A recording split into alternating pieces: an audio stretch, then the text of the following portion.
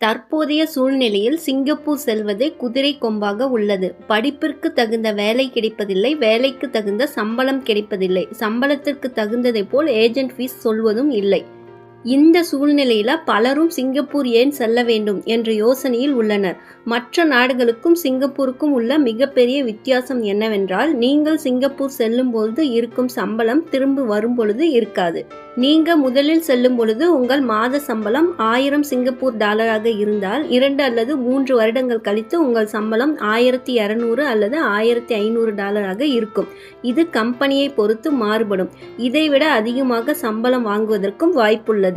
இதுபோல் அதிகமாக சம்பளம் வாங்க என்ன செய்ய வேண்டும் என்றால், உங்களுடைய தகுதியை நீங்கள் உயர்த்தி கொள்ள வேண்டும். அதற்கு சிங்கப்பூரில் பல வழிகள் உள்ளது. அதில் மிகவும் முக்கியமானது, உங்கள் வேலைக்கு அல்லது உங்களது வேலையில் நீங்கள் அடுத்தபடி எடுத்து வைக்க என்ன படிப்பு தேவை என்று பார்த்து, அது எங்கு சொல்லிக் கொடுக்கிறார்கள் என்றும் பார்த்து, அதை நீங்கள் படித்து அதற்கான சான்றிதழை பெற்று உங்கள் கம்பெனியில் கொடுத்தால் உங்கள் சம்பளம் உயர அதிகமான வாய்ப்புகள் உள்ளது. ஆனால் நீங்கள் படிக்கும் கோர்ஸ் உங்கள் கம்பெனிக்கு தேவையானதாக இருக்க வேண்டும். இது போன்ற கோர்ஸ்களை நீங்கள் படித்து உங்கள் சம்பளத்தை உயர்த்தி கொள்ளலாம்.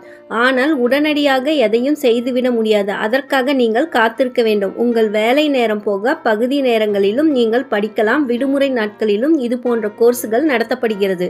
எனவே இது போன்ற சரியான கோர்ஸை நீங்கள் தேர்ந்தெடுத்து அதில் தேர்ச்சி பெற்றால் உங்கள் சம்பளம் நிச்சயமாக உயரும். இது போன்ற சிங்கப்பூர் பற்றிய தகவல்களை தெரிந்து கொள்ள SG தமிழன் இணையத்தை ஃபாலோ பண்ணுங்க. நன்றி.